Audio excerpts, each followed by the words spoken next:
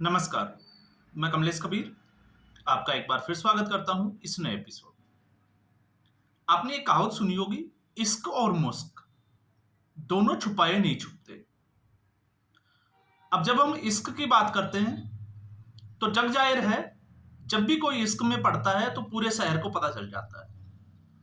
और इसको लेकर कई गाने जो है वो बॉलीवुड में, फिल्मों में जो है वो गाए जाते हैं, हम सुनते भी हैं। और कई बॉलीवुड की जो फिल्में हैं उनकी स्टोरी जो है वो इसी के ऊपर आधारित होती है। और फिर हम बात करते हैं मुस्क। मुस्क का मतलब होता है कस्तूरी। कस्तूरी आपको पता ही होगा, जो हिरण की नाभि में होती है। और उसकी महक जिस तरीके से आसपास के वातावरण में फैलती है तो पता चल जाता है कि आसपास कोई हिरण है। तो इसलिए इश्क और मुस्क, ये दोनों कहावत जो है वो ज्यादातर जो है वो प्रचलित है।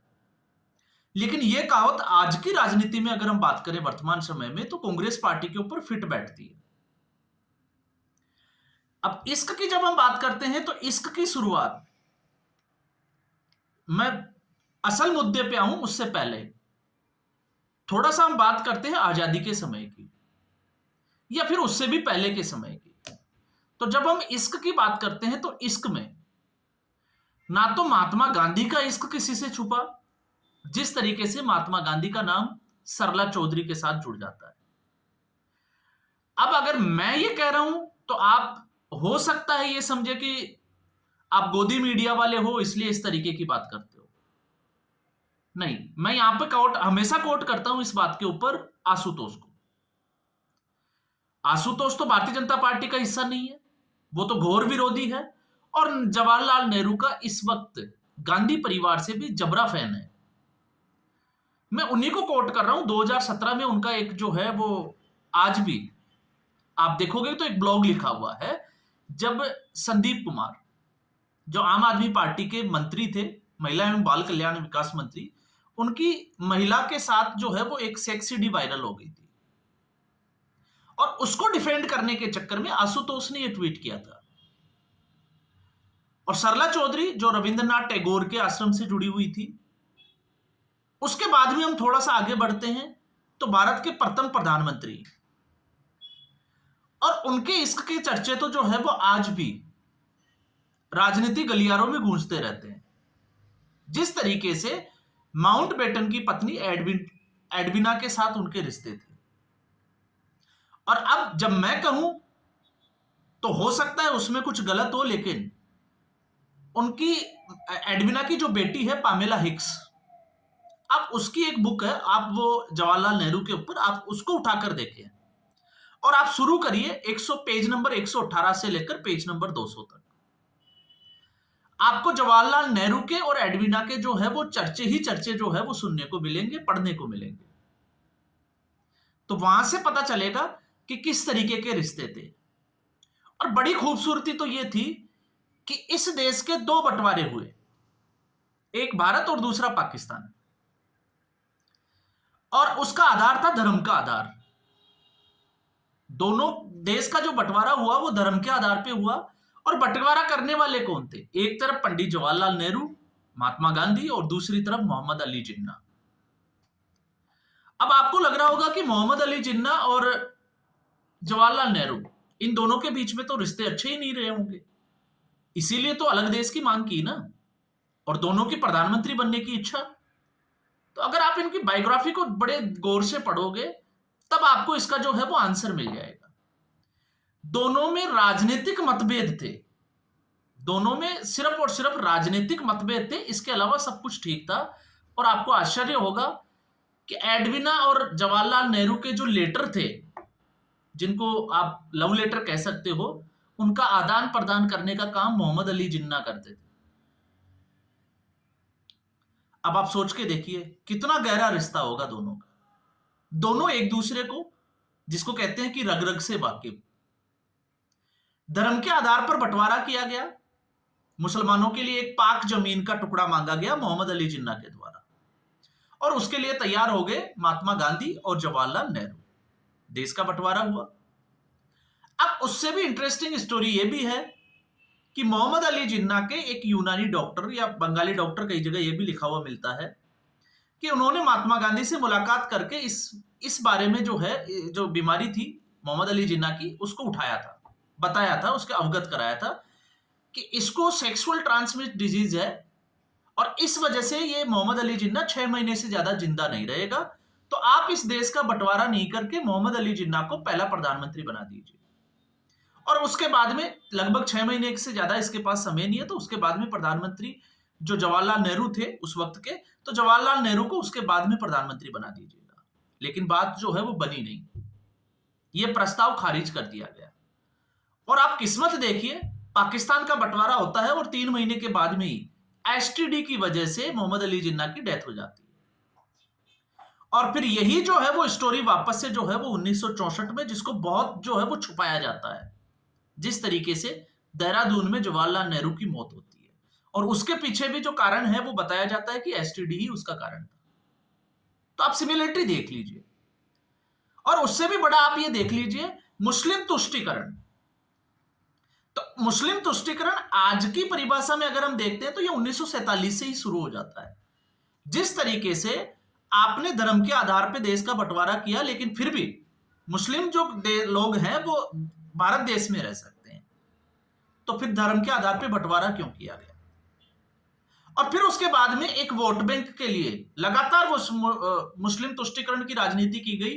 फिर चाहे वो 55 में जो है वो 54-55 की बात करें, जब वक्फ बोर्ड बनाया गया हो, उसके बाद में प्लेसेज ऑफ वर्शिप एक्ट तक आ जाइए, चाहे संविधान में बड़ी चालाकी के साथ सेकुलर और सोशलिस्ट शब्द जो 1977 में जोड़े गए आपातकाल के समय, जब इंदिरा गांधी प्रधानमंत्री थी तब की आप बात कर लीजिए, तो बड़ी चालाकी के साथ जो है वो ये चीजें करते चले गए।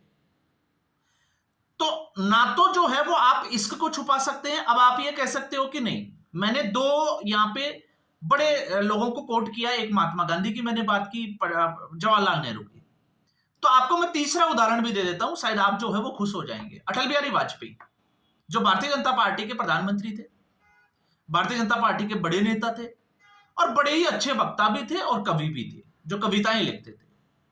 लेकिन जिस तरीके से उनके संबंध राजकुमारी कोल के साथ रहे, जो उनका कॉलेज से शुरू हुआ प्यार था वो अंत तक रहा, क्या अटल बिहारी वाजपेयी इन राजनीतिक गलियारों में उसको छुपा पाए? नहीं छुपा। और आज जो नमिता है, जो अटल बिहारी वाजपेयी की दत्तक बेटी मानी जाती है, ये उसी राजकुमारी कोल की बेटी है।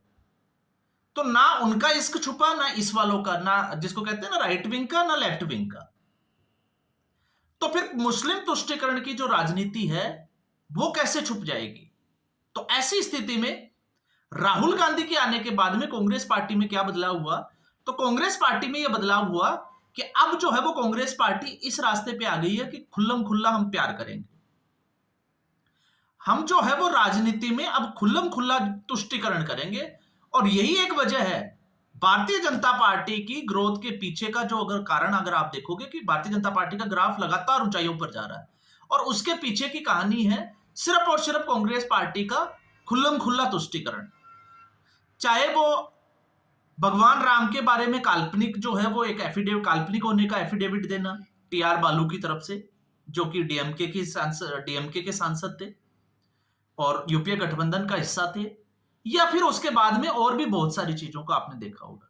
लेकिन इस वर्तमान समय में कांग्रेस पार्टी ने यह तय कर लिया कि अब जो है वो छुप के नहीं, अब वो खुल्लम खुल्ला करने वाली है। कैसे करने वाली है? आपने देखा राम मंदिर का जो प्राण प्रतिष्ठा समारोह था उसका विरोध किया गया, तो खुल्लम खुल्ला किया गया और बड़े ही, जिसको हम कहें कि धड़ल्ले के साथ किया गया। आपने देखा जिस तरीके से अभी वर्तमान समय में लेटेस्ट अगर आप देखें, तो हम अगर अपनी यादों को ताजा करें तो संभल में जो घटना घटी उसके बाद में, उस घटना में 4 जो है वो मुस्लिम लड़के, या कई बार जो है वो आता है कि 5 जो लड़के हैं उनकी मौत हो गई थी। अब ये सबको पता है कि उसमें जो बुलेट्स जो पाए गए वो पाकिस्तान फैक्ट्री मेड थे और 2 गुटों का आपस में टकराव था। लेकिन फिर भी राहुल गांधी और प्रियंका गांधी वाड्रा ने यह तय किया कि वो सड़क के रास्ते उनके परिवार वालों से मिलने जाएंगे। तो ये एक जो है वो सीधे तौर से मुस्लिम तुष्टीकरण का रास्ता। महाकुंभ का विरोध किया, जब सारी पार्टियां जा रही थी तो महाकुंभ में नहीं गए। तो ये किसको दर्शाता है? क्योंकि राजनीतिक पार्टियां, जब हम ये कहते हैं कि लगभग 60 से 70 करोड़ के आसपास लोग जो है वो महाकुंभ में डुबकी लगाकर आए हैं, तो ऐसे वक्त में तो ऐसे राजनेताओं को राजनीति के लिए फायदा उठाना चाहिए, लेकिन नहीं गए। और कांग्रेस पार्टी के बाकी छुटभैया नेता जो थे वो सब लोग गए, लेकिन राहुल गांधी या गांधी परिवार से कोई नहीं गया। तो ये सीधे तौर से जो है वो एक मैसेज देना था कि हम मुसलमानों के साथ हैं। और विपक्ष की स्थिति भी अब कुछ ऐसी बन गई है। क्यों? क्योंकि विपक्ष को यह लगता है कि हिंदू और सनातनी जो वोटर है वो भारतीय जनता पार्टी के साथ जा रहा है, तो अब 20% की राजनीति से किस तरीके से इस भारतीय राजनीति में जिंदा रहा जाए। अब इसके आगे अगर हम थोड़ा सा अब देखते हैं, तो हमने सुना था कि आरक्षण जो है वो वर्ग के आधार पे दिया जाता है, कास्टिज्म के आधार पे दिया जाता है, लेकिन अब इसमें एक धर्म का जो है वो भी कूद पड़ा है। जिस तरीके से कर्नाटका की सरकार ने 4% सरकारी ठेकों में जो 2 करोड़ से नीचे का जिनका टेंडरिंग होती है, टेंडर भरा जाता है, उसमें 4% आरक्षण जो है वो मुस्लिम ठेकेदारों के लिए रिजर्व कर दिया। अब आप सोच के देखिए, क्या इस देश में टेंडरिंग प्रक्रिया क्वालिटी के आधार पर होनी चाहिए या फिर सिर्फ और सिर्फ अनुभव और क्वालिटी के आधार पर होनी चाहिए, या फिर जो है वो धर्म के आधार पर होनी चाहिए? ये थोड़ा सा जो है वो आश्चर्यजनक। और इस स्थिति में जो लोग तानाशाही की दुहाई देते हैं, आपने देखा होगा जब सांसदों को सस्पेंड कर दिया जाता है, कुछ 3 दिन के लिए, 2 दिन के लिए, 1 दिन के लिए निलंबित कर दिया जाता है, तो विपक्ष जो है वो रोना शुरू कर देता है, रोना धोना शुरू हो जाते हैं। लेकिन कर्नाटका की जो विधानसभा में हुआ, इसका विरोध कर रहे थे क्योंकि विरोधी दल था भारतीय जनता पार्टी। तो भारतीय जनता पार्टी ने जब इसका विरोध किया तो 18 विधायकों को विधानसभा से बाहर मार्शलों ने उठा उठाकर जिस तरीके से बाहर फेंक दिया या बाहर कर दिया, जो भी हम कहें। तो आप एक चीज देखिए, यह बात उन पे भी लागू होती है क्योंकि इस पे जो है वो दरबारी मीडिया भी चुप रहता है। आपने देखा होगा दरबारी पत्रकारों के हालात ये हो जाते हैं इस वक्त, जैसे आम आदमी पार्टी ने किसानों के ऊपर एक्शन लिया तो अब सारे जो है वो दुबक के बैठ गए। और अगर यही भारतीय जनता पार्टी की तरफ से किया जाता तो ये लोग जो है वो पूरे दिन भर, तो आपने देखा होगा अगर आप इनके सोशल मीडिया अकाउंट्स को खंगालने की कोशिश करोगे तो आपको कई चीजें मिल जाएगी। जैसे इस वक्त हिंदू मुस्लिम की राजनीति कहां से होगी, तो औरंगजेब जो नागपुर का जो हिंसा हुई उसको लेकर दरबारी मीडिया जो है वो उछल रहा है, फुदक रहा है। किसानों पे चुप है, एक भी वीडियो किसी से नहीं बना। दूसरा, जिस ग्रोक पे एआई की जो अभी चल रहा है उसके दरबारी मीडिया जो है वो उसी में खुश हो रहा है। मतलब इनका सेंस ऑफ, आप कॉमन सेंस या सेंस ऑफ ह्यूमर देखिए कि ये ग्रोक को ही अपना देवता मान चुके हैं कि ग्रोक जो कह रहा है वो बिल्कुल सही है, जबकि ग्रोक जो है वो गूगल की तरह काम करता है। जो ज्यादा आबादी के या ज्यादा शब्द इस्तेमाल किए जाते हैं, ग्रोक जो है वो उनको उठाता है और उन्हीं को जो है वो दिखाता है। तो समुदाय विशेष के लोगों ने तो ये जो है वो पूरा, आपने पता है एक टूल किट है, किस तरीके से टूल किट जो है वो इस देश में काम करता है, पूरे देश ने देखा है। तो अभी ये लोग जो है वो वही काम कर रहे हैं। अब ये जो है वो इस घटना पर अगर आप इसका उल्टा कर देते कि भारतीय जनता पार्टी कोई बिल लेकर आती और उसके बाद में कांग्रेस पार्टी या विपक्ष के दूसरे विधायकों को अगर इस तरीके से बाहर कर दिया जाता, जैसे दिल्ली विधानसभा से आम आदमी पार्टी के विधायकों को निलंबित कर दिया था, तो ये लोग जो है वो चिल्लाते। विपक्ष तो चिल्लाता ही, लेकिन ये मीडिया वाले भी चिल्लाते। लेकिन अब जो है वो सब चुप्पी साधे हुए हैं। अब इस राजनीतिक अगर उसमें परिदृश्य में देखें तो आपको एक चीज जरूर समझ में आएगी, जिस तरीके से कांग्रेस पार्टी ने ऐसे ही मैसेज देके अपनी जो छवि है उसको हिंदू विरोधी किया है, उसका नुकसान ही कांग्रेस पार्टी को उठाना पड़ रहा है। और ये एक ऐसा गहरा दलदल है कि कांग्रेस पार्टी इससे बाहर निकलने की कोशिश भी करेगी तो इसमें और ज्यादा फंसती चली जाएगी। और आप देख लीजिए और ज्यादा फंसती चली जा रही है। और ये जो है वो राहुल गांधी की नई कांग्रेस, नई स्टाइल है राजनीति करने की। अब ये राहुल गांधी की समझ के ऊपर है कि वो राहुल गांधी इस तरीके की राजनीति, आपने देखा होगा जब मैं ये कहता हूं ना कि इसको और ये चीजें मुस्क छुपाए नहीं छुपता, तो महाकुंभ में नहीं जाएंगे, लेकिन अभी आपने पाकिस्तान एम्बेसी के द्वारा जो इफ्तार पार्टी दी गई तो मणिशंकर अय्यर जैसे कांग्रेस के नेता लीडर जो है वो वहां पहुंचना शुरू हो गए।